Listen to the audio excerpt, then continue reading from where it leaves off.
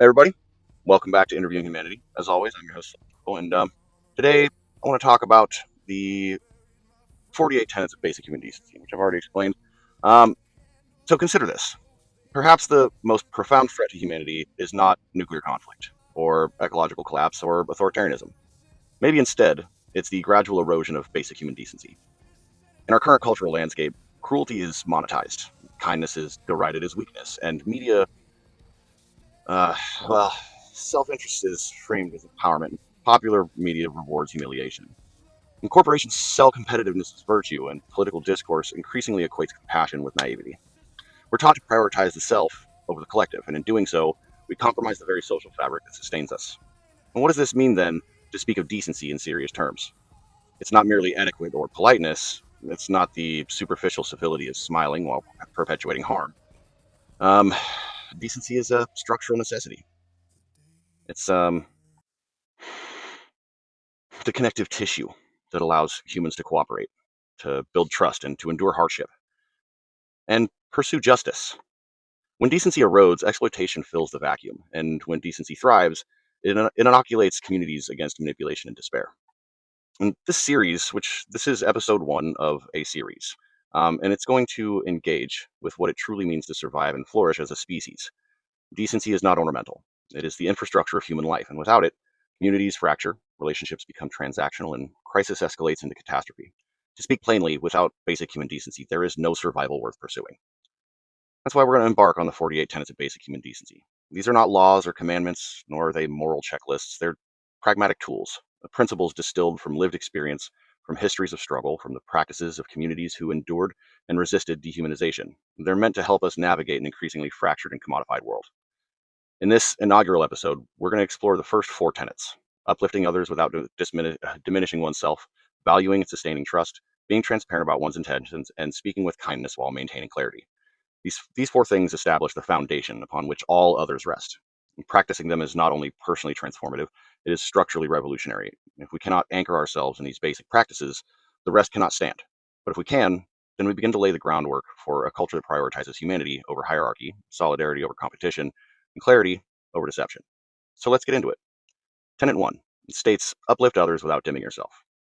This principle challenges the pervasive scarcity mindset, the notion that another person's success necessarily diminishes your own. Systems of competition reinforce this view, conditioning us to believe that light is infinite, that recognition is exclusive, and that only a select few deserve the shine.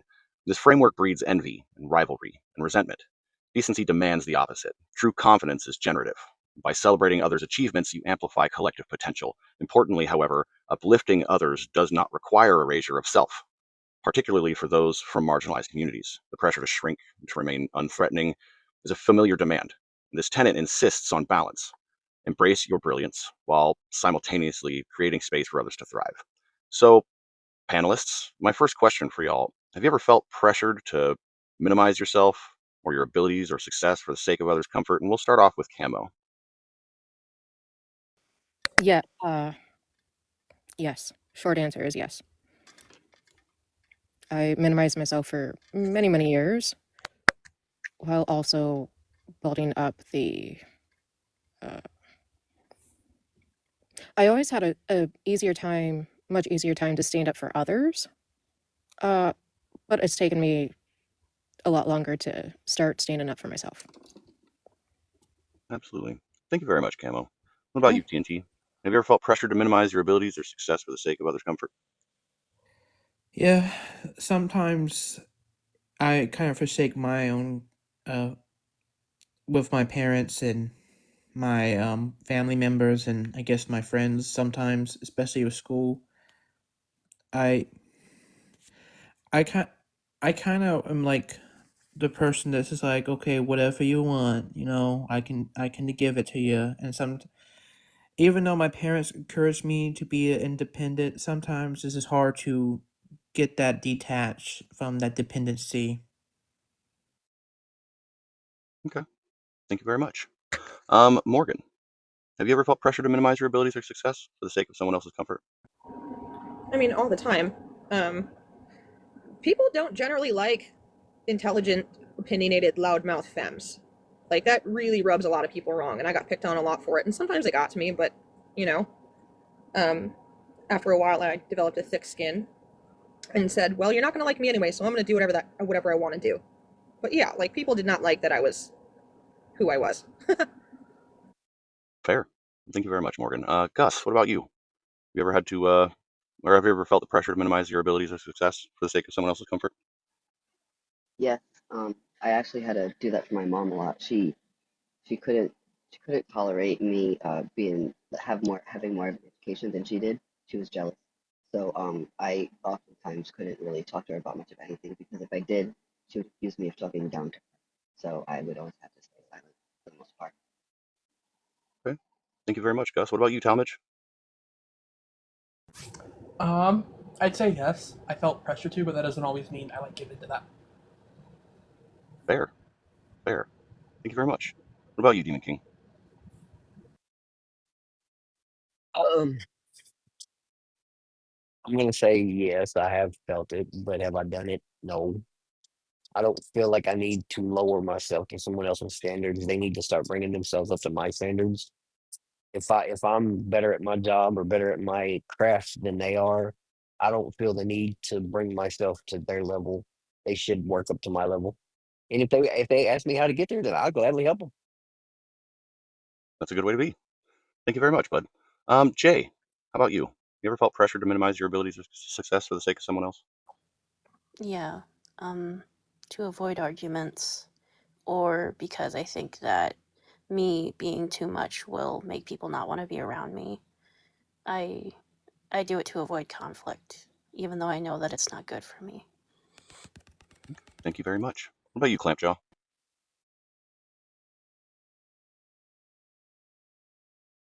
Clampjaw? You're muted, bud. There you go. Hi, sorry about that. I'm answering the mute, apparently. As I was saying, no, I've felt people trying to pressure me into doing that. However, I've always been a lead by example type person, so I've never done it. Okay. I am the type, I am who I am, and that's all I can be. And I can appreciate that. Thank you very much, man. My next question is, what's an example of being uplifted in a way that tangibly altered your trajectory? Camo.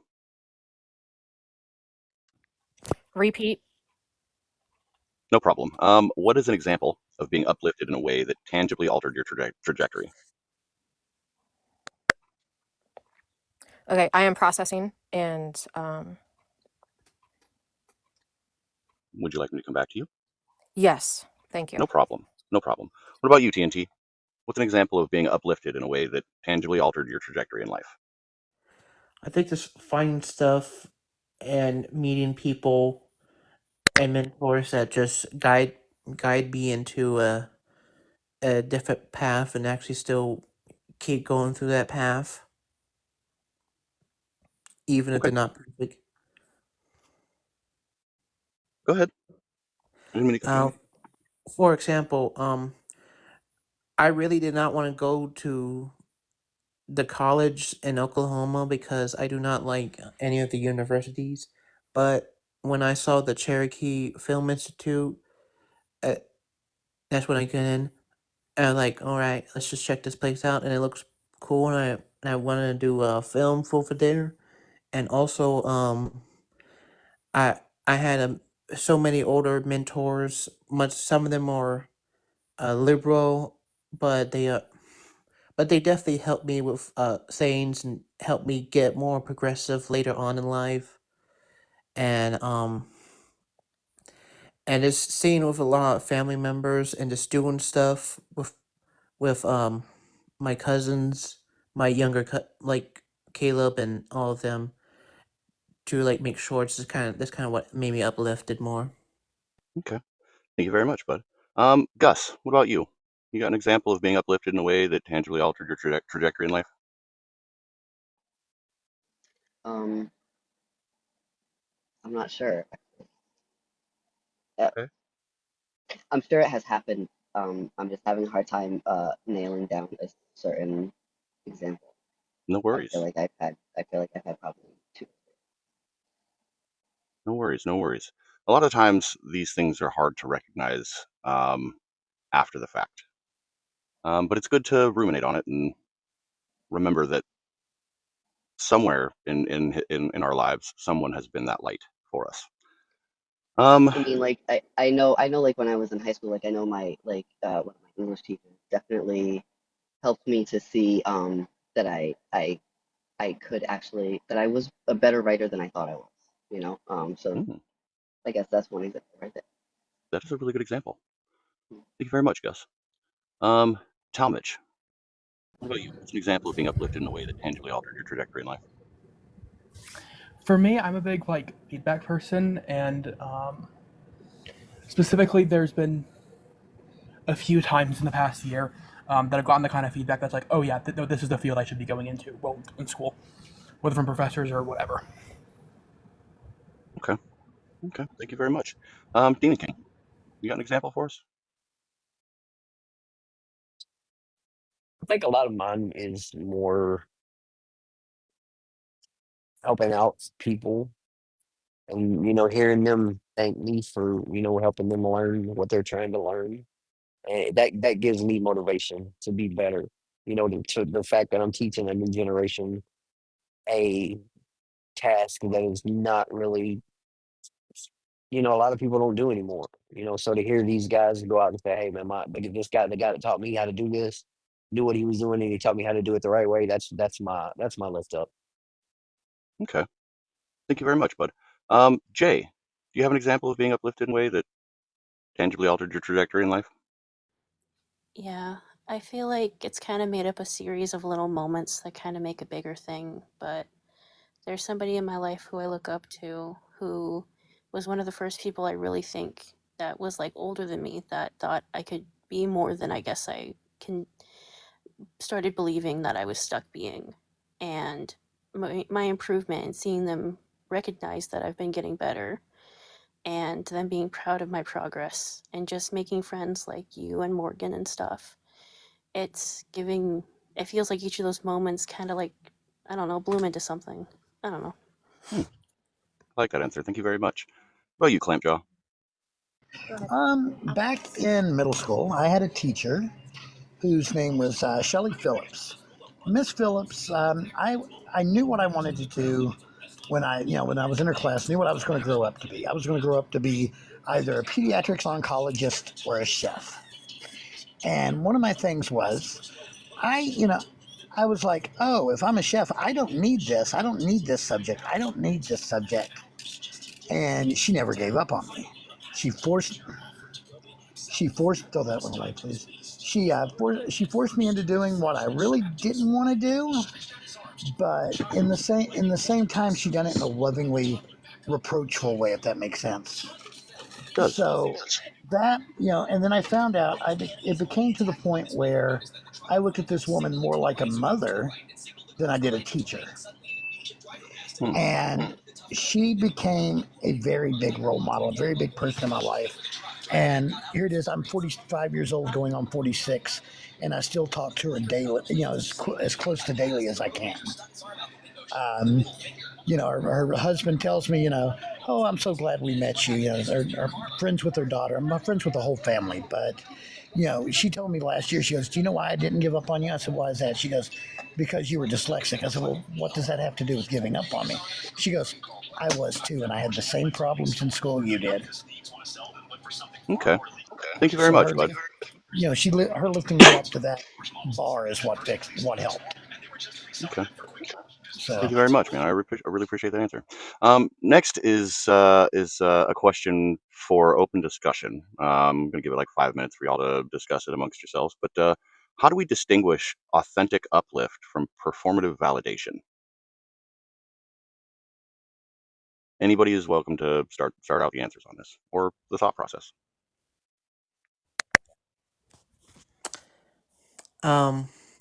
Trying to uh improve to your corporate boss or something. I think of when people show up. When do people show up when it's not really being like talked about, or when it's like a really big deal and then they fade off however many months later? It's the consistency, I guess. I can agree with that, J Stars. It's kind of the whole Yeah, I agree. I got your back, and then when you turn around, there's no one there to get your back. It's Okay. like, I know for me, sometimes I can't always be there the way that I want to be. But I think the biggest thing with me trying to be upfront about stuff is just me being honest that I do care and I am there. But sometimes I'm going to struggle. But I will do my best to let them know that I want to support them. Okay. Yeah, because like going off of J Stars, I care so much, but it's hard for me to articulate. And an example of that is uh, just today and yesterday. I struggled to reach out to my brother to initiate uh, hanging out or doing something and with him.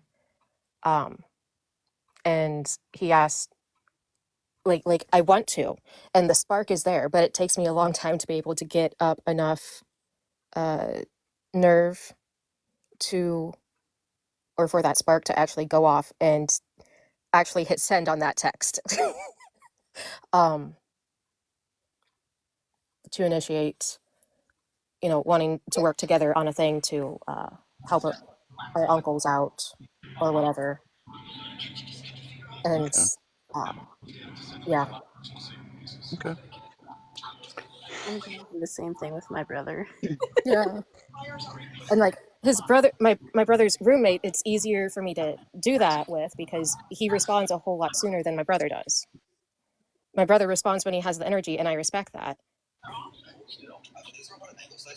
But I worry that he may not think that I want to interact with him as much. But I'm like, you've got to interact back. Like it's, I yeah. think I know how your brother feels a little bit. I kind of have that same problem. Okay. I want to thank you all very much for the brainstorm session there. So next up is the second tenet, which is value trust, build it, and keep it. Trust is the sine qua non of all sustainable relationships, whether interpersonal, organizational, or societal. It cannot be commodified, but its absence undermines every human structure.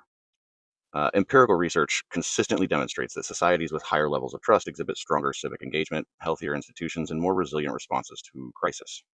Yet, trust today is precarious. Political leaders frequently renege on commitments, corporations exploit employees and consumers, and even personal relationships fracture under duplicity.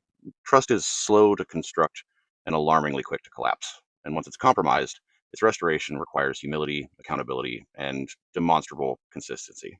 So, my first question up to Camo, when did you first recognize the fragility of trust? Oh wow. Okay. So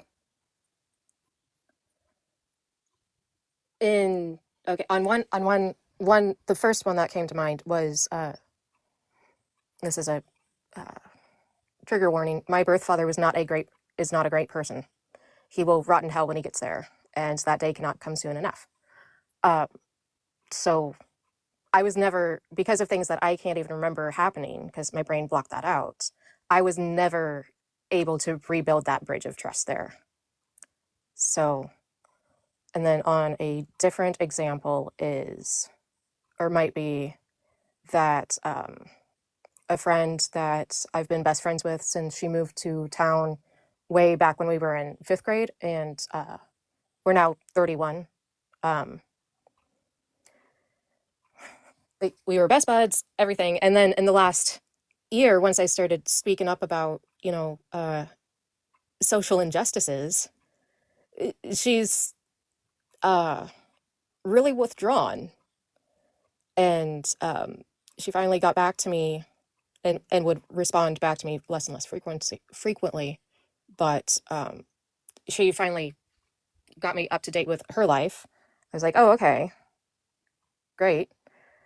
But now I'm struggling to want to reach out to you because I was trying to reach out to you for months and I didn't get a response. or much of a response. So that's that, I guess. Okay. Thank you very much for sharing. Yep. What about you, TNT? When did you first recognize the fragility of trust? Every time I go through therapy, I I just lose the trust of all the Oklahoma therapists here. I don't think Oklahoma has like the best therapy,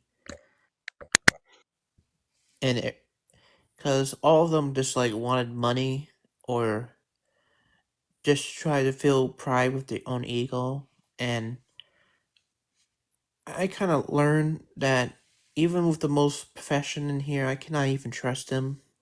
I can't even trust some of my own friends, and I also learned that not only trusting people, but I also learned that you some people are afraid to trust their own neighbors. Like I remember one time, this is kind of similar. Me and my Faith were just like driving around, going to see the Toxic Avenger movie, and I just want to say hello to my neighbor, but my Faith was like, "Don't go over there." And like, why not? Because he might put lotion on your skin or like kidnap you. And I'm like, what? I'm like, I'm just trying to say hi. Well, you had to ask your parents about that. And like, okay.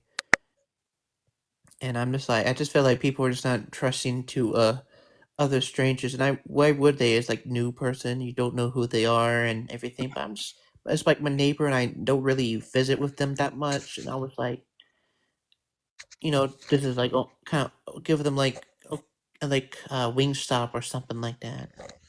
Okay. Okay. Thank you very much. Gus, what about you? When did you first recognize the fragility of trust? I was probably too young to even know what trust was, but I knew what it felt like, and when it was broken, uh, I went nonverbal for like 6 months, I think it was. Hmm. So, yeah, Sounds like you had a really hard time. I'm sorry. I definitely did. Yeah. Thank you for sharing, Gus. Um, Talmadge, what about you? When was the first time you recognized the fragility of trust?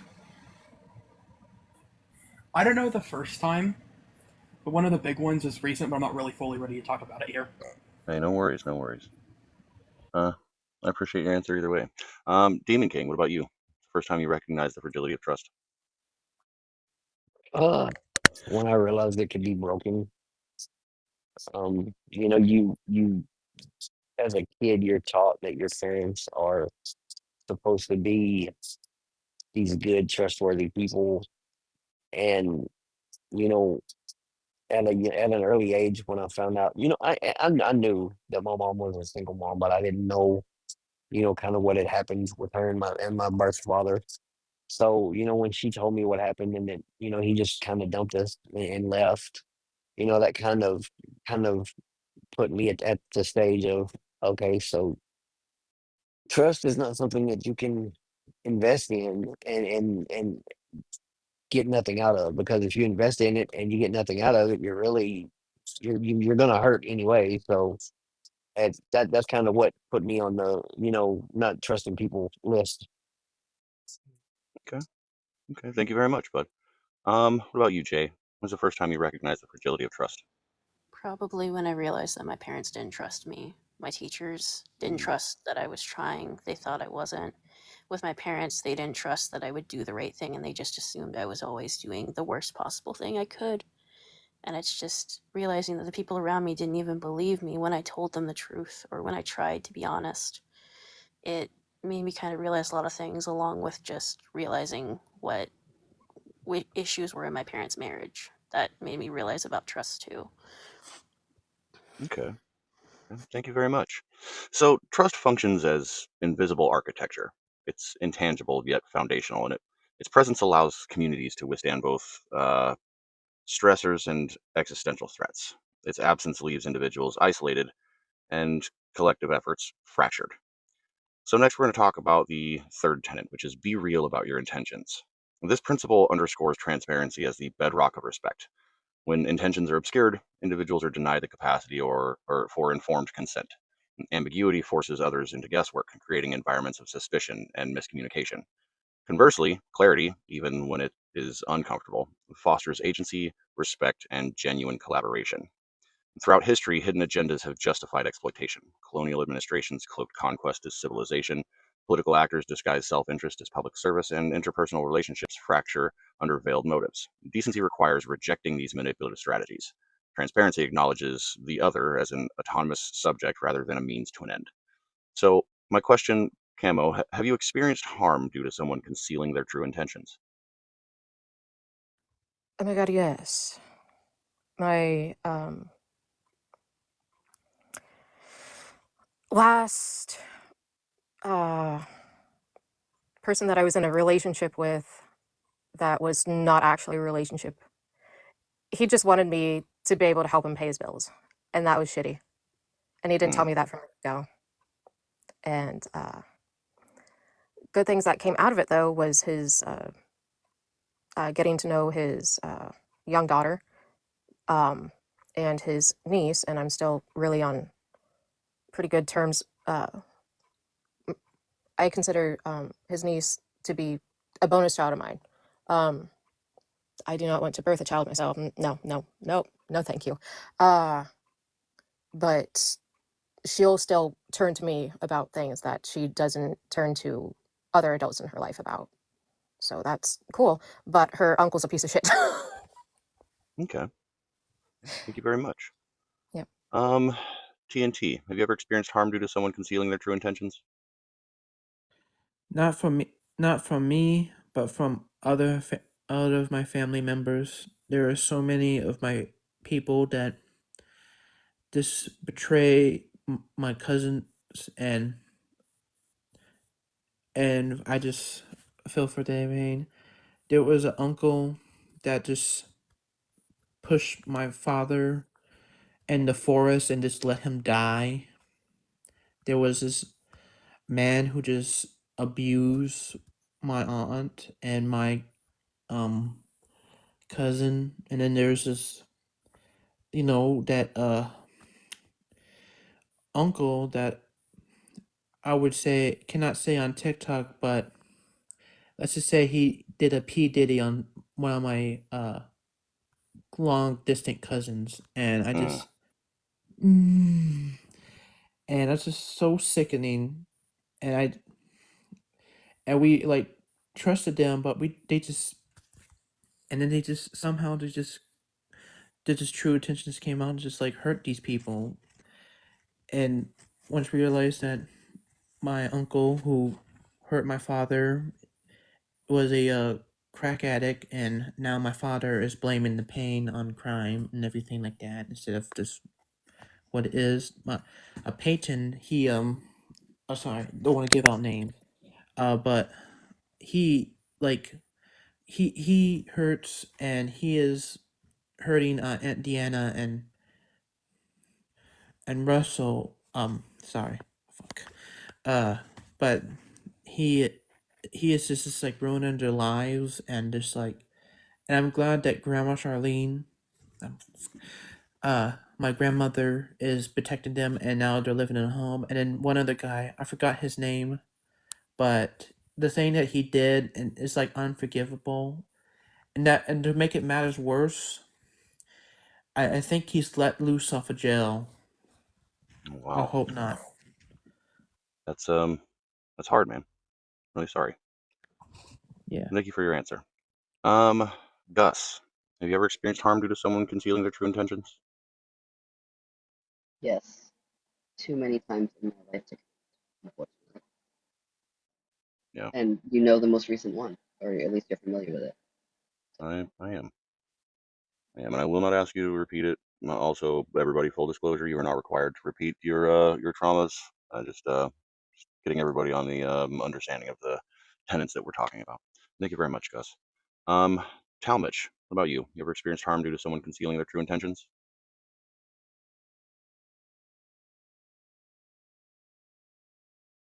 Skip you for this one, not a problem. What about you, Jay? Yeah. When I was 13, when I was 16, and just basically multiple times in my life. Okay, okay. Thank you very much, Jay. My next question how does one balance truth-telling with compassion? Camo? Hmm.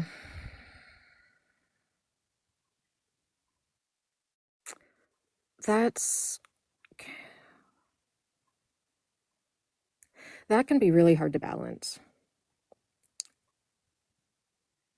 I can't verbalize anything about it right now, but mm, it's a many faceted thing. Yeah, absolutely. Absolutely it is. Thank you very much. What about you, TNT? How does one balance truth-telling with compassion? Um, I don't understand the question. Hmm. Okay. Well, in the aspects of transparency and being intentional with your words, how would you balance being honest with being careful of the people you're being honest with? I just give them like a half truth, or just say something that will make them upset, but also just keep it real to them, where like, hey man, this ain't right and everything. uh, let's just keep it up notch, or like, hey, not all of them are just as bad as like them are, and and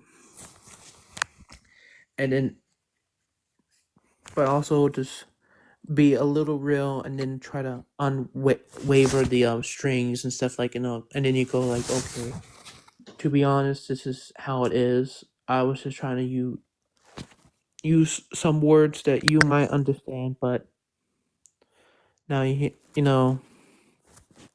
something like that. Okay. Okay. Thank you very much. What about you, Gus? How does one balance truth-telling with compassion? So, for me, I try to meet people where they're at. And I keep their I guess for a lack of a better way to say it, just like their age in mind, so that I can use the right language with them, and in using their language and meeting them where they're at, I just tell them the truth. And I mean, I do it in a way where, I'm obviously there for their emotions, and I'll like, if I have to say something harsh because that's just what the truth is, I'll let them know first, like, hey, what I have to say might be harsh, but I want you to know that I'm telling you this because you have to know this, and I'm here for you no matter what afterwards. Hmm. Okay. Thank you very much, Gus. What about you, Talmadge, if you have a moment?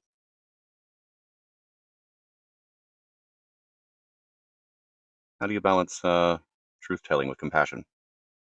Again? Okay, no worries, bud. Jay, to you, how do you balance truth-telling with compassion? I think the biggest thing is recognizing that people are different. The way I would talk to uh, maybe like one of my family members would be different to how I'd talk to my friends. And I think that regardless, people deserve the truth. But also, one thing I've learned is that it's a good idea to know when you need to say something versus when it can wait, or just presenting people with options. I like to do that, of giving people choices if they want to hear certain things at that moment or if they want support. And that's really helped me communicate more effectively with the people I love. Okay. Thank you very much. That was a great example. So, to practice this tenet is to extend dignity outside of yourself. And it's not brutal honesty devoid of care, but clarity anchored in respect. It honors others' rights to evaluate circumstances on the basis of truth rather than deception. I'm sure we can all see the value in that. The next tenet and the final tenet for this episode is tenet number 4, which is speak with kindness and clarity. Language is not a neutral instrument. It shapes social realities. Words possess the capacity to repair or to rupture, to build solidarity or to intensify division. This tenet requires us to recognize the ethical weight of our language practices. See, kindness and clarity are often erroneously positioned as opposites. Kindness as indulgent softness and clarity as harsh directness. But in truth, they're synergistic. Clarity without kindness becomes cruelty, and kindness without clarity collapses into obfuscation. Together, they facilitate communication that is both precise and humane. Historical examples are abound. Leaders who combined moral clarity with compassion mobilized entire movements, while demagogues who weaponized language sowed violence and repression, which we are seeing today. Neuroscience further shows that constructive, empathetic language activates reward pathways in the brain, fostering openness to growth, while harsh criticisms trigger defense responses that foreclose learning. So my first question, Camo, what's an instance where words provided you with profound encouragement?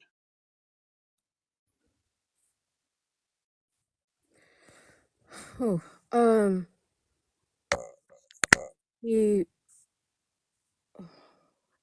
I can't remember verbatim what was said, but when I got my first binders in the mail, I uh, tried them on with a friend, an online friend, not like in person, but they were going to work and they live over in the UK.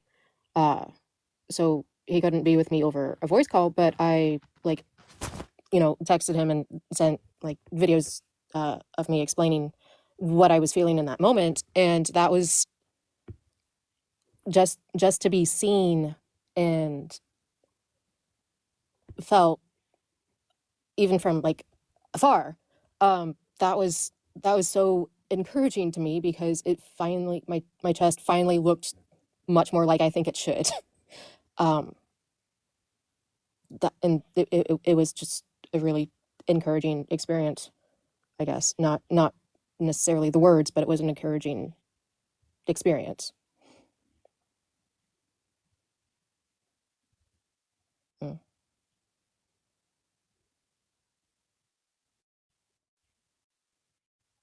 And I've been able to, continue to become who I've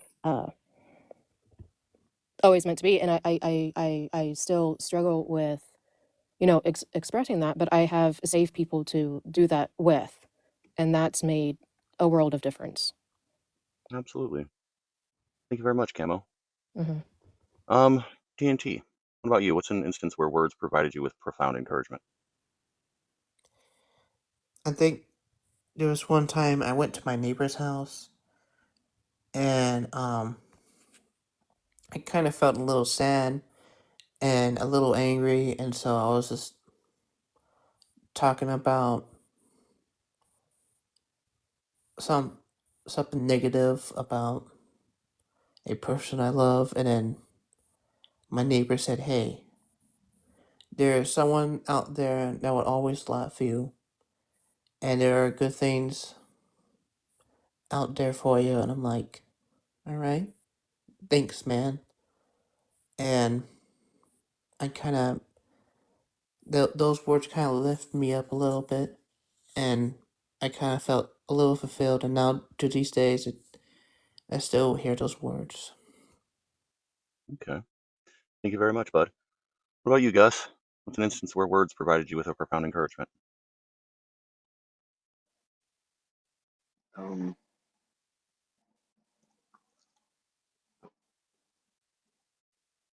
I'm not really sure, honestly. Can we come back to the After Day Stars? Absolutely, we can. Okay. Absolutely. What about you, Jay? It's hard because it's like this huge big collage in my head of all the little moments, but it's it's a big thing is people feeling understood. People saying they feel understood in the things I make. People seeing me as family. People giving me advice when it comes to the mean little voice in my head and being kinder to myself. It's all the pieces of just finally feeling like I lived a life where I was lost and nobody really understood me. And then finally finding myself surrounded by people who really saw the pieces that make the whole picture. I like that. It's a beautiful answer. Thank you very much, Jay. Jay, I Uh, want to tell you something. All the things you've been saying kind of relates how I'm feeling, Yeah. and I think I just know how it feels. Yeah. Thank you very much, Jay, and thank you, TNT. Gus, if you can. Yep.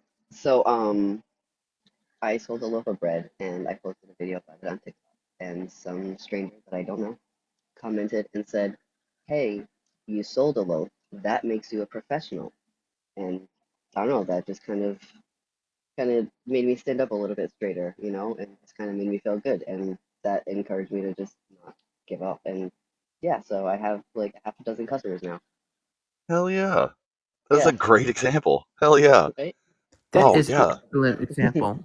Thank you. yeah, that would definitely shift. That would shift the trajectory of one's confidence in their business. Hell yeah, that's cool. Yeah. Hell yeah. Well, yeah. Thank you for sharing that, Gus. That's fantastic. So, let's recap this episode here. Affirming one's own brilliance while uplifting others, cultivating and preserving trust, practicing transparency of intention, and communicating with kindness and clarity. So these principles overlap and reinforce one another. Authentic uplift builds trust. Trust is sustained through honesty of intention. Intentions gain credibility when expressed with clarity and kindness, and together they constitute the foundation of human decency. These are not abstract ideals. They manifest in daily practice. A parent modeling uplift shapes a child's worldview. A professional fostering trust creates solidarity in the workplace, and a friend who communicates intentions transparently prevents relational harm. And a leader who embodies clarity and kindness inspires collective courage. These actions, replicated across scales, contribute to systemic transformation. Which tenant feels most pressing in your own existence today? Camo? Can you repeat the tenets real quick? I'm so sorry. Yeah, not a problem. So uplifting folks without diminishing yourself. Foster trust and hold it and keep it. Speak clearly and precisely with intention, and embody kindness. And the question was, which one of those is Feels the most speaking pressing. feels okay, is feeling the most pressing or most important in my life right now? hmm Okay. Kindness, I guess, because the world is being really unkind right now. This country is being very unkind to groups of people, and I hate it. Yeah. And that said, I'm going to fight them, but also I gotta sharing kindness is rebellion, and it helps, and it makes a difference. And I spent a couple hours picking up trash at my uncle's house tonight, um, and we filled up the whole bed of the pickup truck with bags of trash, and it still doesn't seem like we did enough, but it most definitely made an impact and was helpful. And it may not have been in the uh, fashion in the time frame or expected, might not have been in the way um, my other uncle expected me to be helpful, but it's I still contributed and I was still helpful. Okay. So, yeah. Thank you very much. Follow-up question: which one of these tenants poses the greatest personal challenge for you right now? Oh God. Um.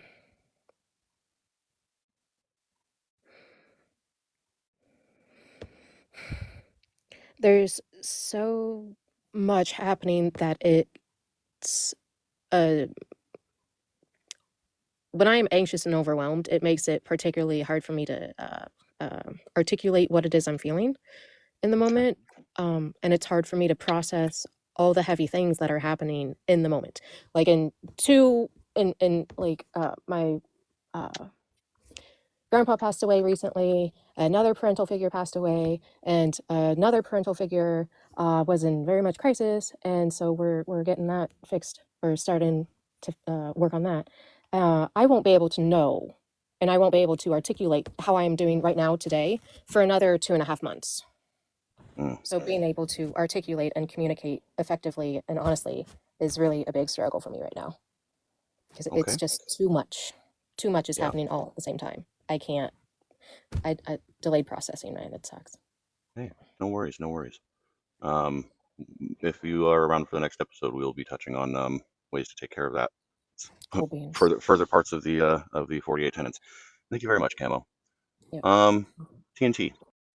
Which of these tenants feels the most pressing in your own experience? Oh, oh man. Well, are we going with personal or just external? Personal. I guess honesty, because I want to tell you a story. My mother, at the time, I was getting into these atheist videos, like why God's Not Dead sucks, and uh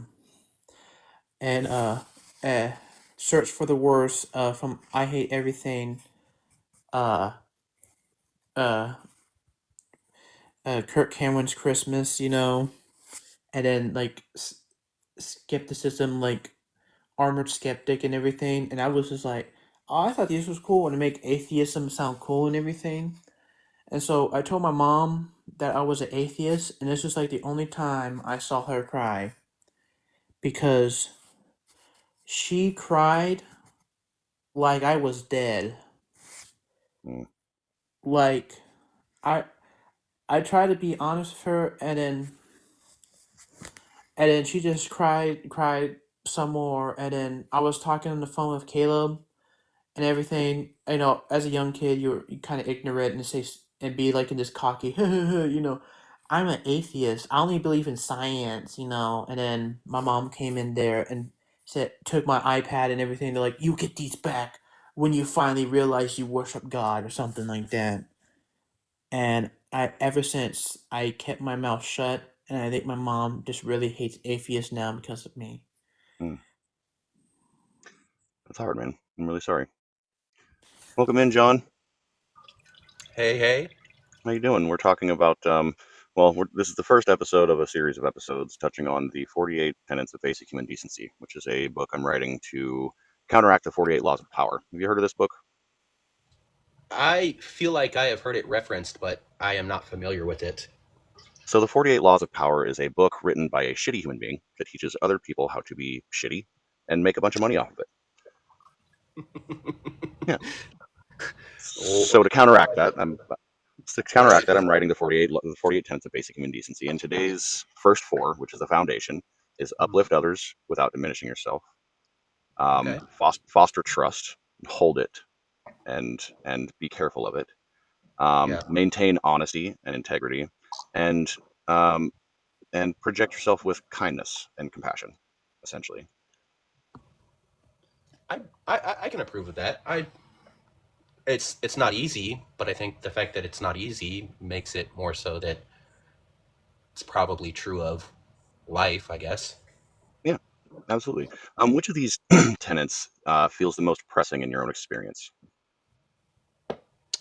Oh, oh, oh, dear Lord. Um, can you just real quickly paraphrase them again?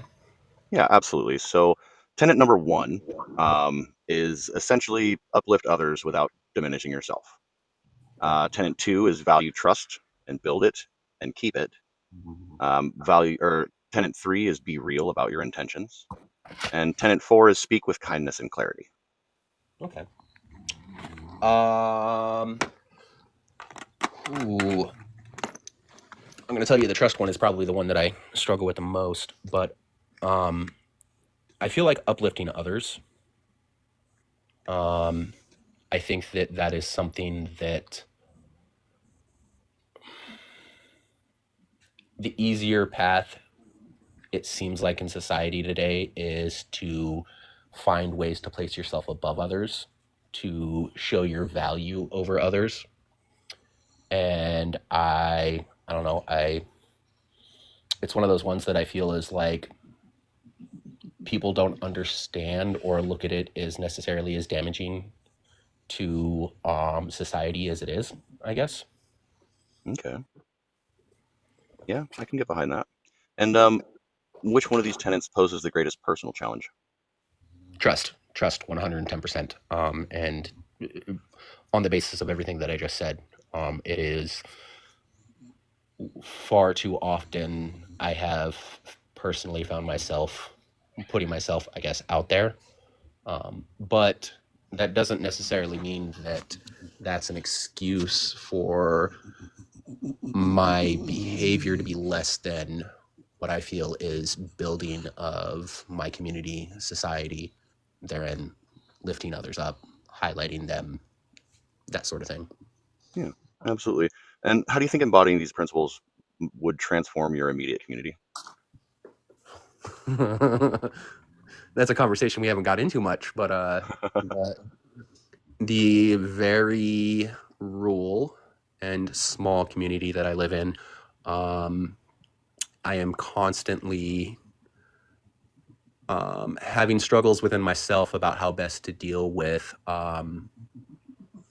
transparency and honesty and trust within this town. It's funny that so much of the issues that we see, I can't necessarily say this with any like certainty, but so many of the issues that we see on an international or national scale, like mirror the issues that we see on our state, local, city, town levels. And like, just as an example, like people don't like to talk about like if someone does something bad here, and they're in a position of authority or trust or whatever, like they just keep it quiet. They'll gossip this, that, whatever about other things, but they just keep those things quiet. And I'm kind of getting out in the weeds on this one, but yeah. No worries. Thank you very much, John. Gus, which of these tenets feels most pressing in your own experience? Can you just paraphrase them real quick for me? I lost them when John was talking. Yeah, no worries, no worries. So tenet 1 is uplift others without dimming yourself. Tenet 2 is value trust and build it and keep it. Tenet 3 is be real about your intentions. And tenet 4 is speak with kindness and clarity. I think the first one for me. I tend to um, forget my own value when I talk to other people, and so Hmm. I forget to include myself. When even when I am trying to uplift someone else, I don't want to forget about my own self, and that I can uplift someone else and not necessarily put myself down, but maybe not necessarily forget myself enough. Okay. Okay. Okay. And which of these poses the greatest personal challenge? Probably trust. I have a very hard time trusting people. It just, I don't trust easily, and it takes a lot for it to be earned. Yeah, absolutely. Yeah. And how do you think embodying these principles would transform your immediate community? Well, I feel like if I could trust people easier, it would definitely help my social interactions, which could probably help me gain and retain friends. Like I might even be able to get a job. Yeah, it could do a lot for me. Okay. Well, thank you very much, Gus. Um, Jay, which of these tenets feels the most pressing in your experience? Um, Uplifting others without dimming myself. I Yeah. I've spent a lifetime comparing myself to other people and hating myself because of what other people have thought and have impressed onto me. And I want to finally recognize that I'm a worthy person to be at the table and that people being good at things doesn't make me less. And that it's something I struggle with too. It's hard to change how you view yourself after a lifetime of being taught one thing. Absolutely. And which of these poses the greatest personal challenge for you? The uplifting one. It's the same. Okay. Okay. And how do you think embodying all 4 of these principles might transform your immediate community? I think it would press me to give grace to myself and grace to others. I think it would help because it would give me more of, I guess, an openness maybe I wouldn't have before. Something to kind of give me a little pushback against the urge to just clam up and hide within myself and the people I already know are safe. And actually challenge the idea of what does it mean for a person to be safe, and is a person condemned to just not be forever? Okay. Well, thank you very much, and thank you all for your answers for this episode. So, the world does not require additional billionaires or cultural icons. It requires individuals committed to decency. Decency is not a peripheral to survival; it is survival. And the first 4 tenets, uplift, trust, transparency, and compassionate clarity, provide the groundwork. Without them, collective life unravels, and with them we cultivate the conditions necessary for a just and livable future. Consider how these principles scale outward. Practiced individually, they recalibrate daily interactions. Practiced within families, they nurture resilient bonds across generations. Practiced in organizations, they create cultures of integrity and collaboration. And practiced in social movements, they provide the moral compass necessary for sustained resistance. The micro and the macro are inseparable. How we speak to one another at the dinner table is linked to how we organize in the streets. And we must also recognize that practicing decency is not passive. It is not avoidance of conflict or withdrawal from struggle. It is an active stance, one that resists dehumanization, one that interrupts cycles of exploitation, and one that insists on the dignity of all people. To embody these tenets is to participate in constructing a counter-narrative to the logics of domination that saturate our world. So ask yourself, which of these principles resonates most deeply? Which will you enact tomorrow? And crucially, how will you invite others into the practice of decency? For decency, like injustice, is contagious. So let us choose to propagate the former. Let us commit not merely to discussing decency, but to performing it again and again until it becomes the cultural norm rather than the exception. Thank you all for coming in today. I appreciate you. This is a short episode. I have other plans for the evening, but I want to say I appreciate having you here on Interviewing Humanity. As always, I've been Sludge Knuckle, and you have been fucking amazing. I'll leave the floor open for discussion on the topic for another, say, 5-10 minutes, and then I'll be cutting it off. So the floor is yours.